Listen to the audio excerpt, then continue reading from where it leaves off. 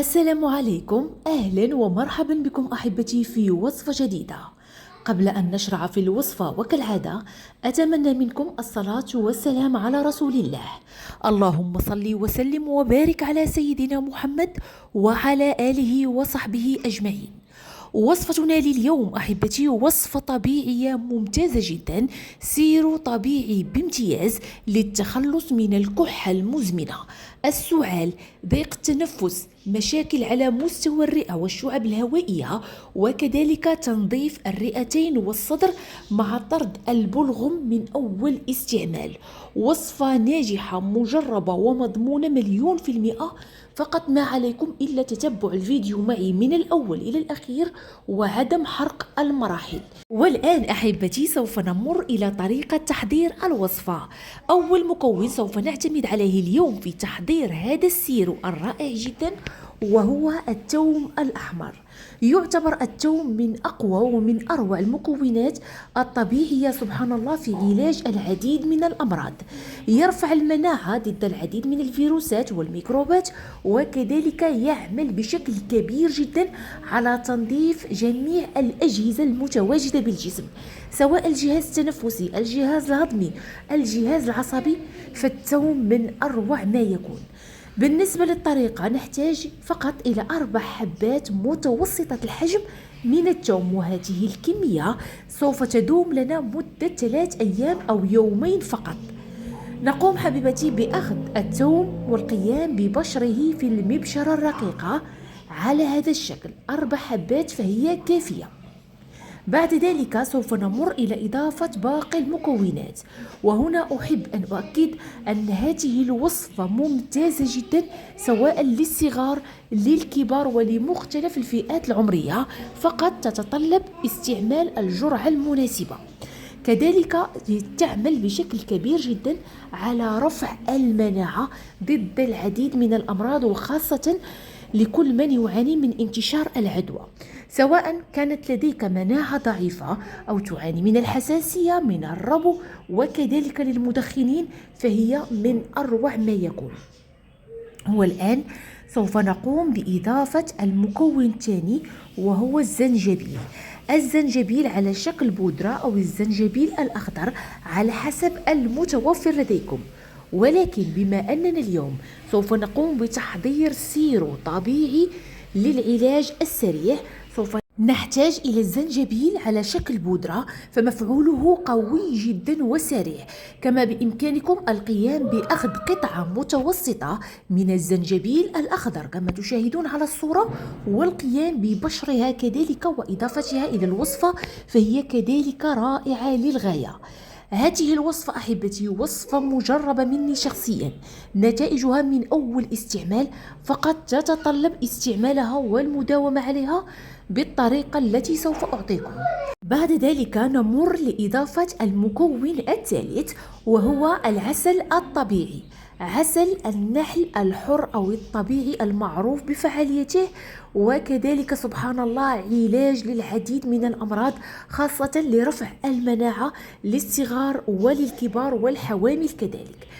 هنا حبيبتي نقوم بإضافة ملعقتين كبيرتين من عسل النحل الطبيعي، وفي حالة عدم توفره فلا داعي لاستعمال العسل العادي أو عسل السكر لأنكم لن تستفيدوا منه نهائيا، فمن الضروري استعمال عسل نحل طبيعي 100%، وبذلك تكون الوصفة متكاملة.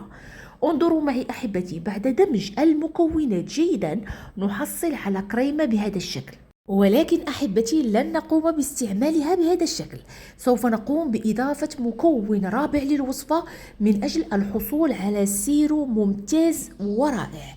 وهذا المكون حبيبتي فهو ضروري جدا، فكما هو المعروف فالعسل يشرب ولا يؤكل من أجل الاستفادة منه بالطريقة الصحيحة. وسوف نقوم بإضافة الماء الساخن لدرجة الغليان، حوالي نصف كأس من الماء الساخن نقوم بإضافته إلى الوصفة والقيام بتركها حتى تصبح باردة. وبعد أن تبرد جيدا سوف نقوم بالاحتفاظ بها في قنينة. هذا السير حبيبتي لن نقوم باستعماله هكذا، فمن الضروري القيام بتصفيته، ولكن بعد أن يبرد تماما واستخلاص جميع المنافع المتواجدة بالمكونات. كما تشاهدون معي أحاول أن أفصل لكم الوصفة وأعطيها لكم بطريقة سلسة من أجل أن يسهل عليكم استعمالها بالطريقة الصحيحة. هنا حبيبتي سوف أقوم بتركها لعدة ساعات مع وضع غطاء بلاستيكي حتى تصبح دافئة أو باردة. بعد ذلك سوف نقوم بتصفيتها باستعمال مصفاة من أجل أخذ المحلول فقط.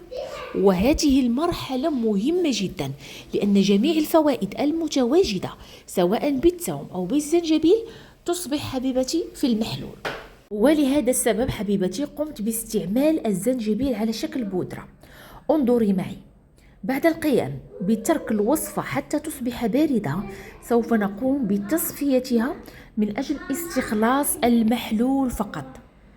يعني وصفة ممتازة جدا، وأنا متأكدة أن كل من سيجرب الوصفة سوف يرجع إلى التعاليق ويشكرني عليها. وصفة مجربة مضمونة والنتائج من أول يوم، تطرد البلغم من أول استعمال، تحسين براحة تنفسية جميلة جدا، خاصة لكل من يحس بالاختناق ولكل من يعاني من الربو والحساسية. فهذه الوصفة ممتازة جدا لتنظيف الجهاز التنفسي والشعب الهوائية من أول يوم من الاستعمال. بعد القيام بتصفية الوصفة يصبح المحلول على هذا الشكل، ومن الأحسن استعماله في مدة يومين. نحضر كمية ليومين فقط، وبعد ذلك بإمكانكم تحضير كمية أخرى، ولكن كونوا متأكدين أن العلاج سوف يكون من أول يوم بإذن الله. أما بالنسبة لطريقة الاحتفاظ سوف أقوم بالاحتفاظ بها في هذه القنينة. وبالنسبة لطريقة الاستعمال تستعمل الوصفة 3 مرات في اليوم.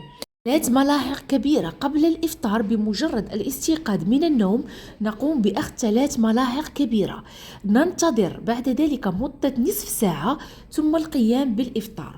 ويستحسن حبيبتي بعد القيام بأخذ 3 ملاحق شرب نصف كأس من الماء الدافئ والانتظار مدة نصف ساعة ثم الأخذ الوجبة، كذلك قبل الغداء وقبل العشاء. أما بالنسبة للأطفال الصغار ملعقة صغيرة فهي كافية. أما بالنسبة لهذه الوصفة فهي تمنع منعا كليا على الحوامل، لأن الزنجبيل مفعوله قوي ويمكن أن يؤدي إلى أشياء لا يحمد عقباها. كانت حبيبتي هذه هي وصفتنا لليوم.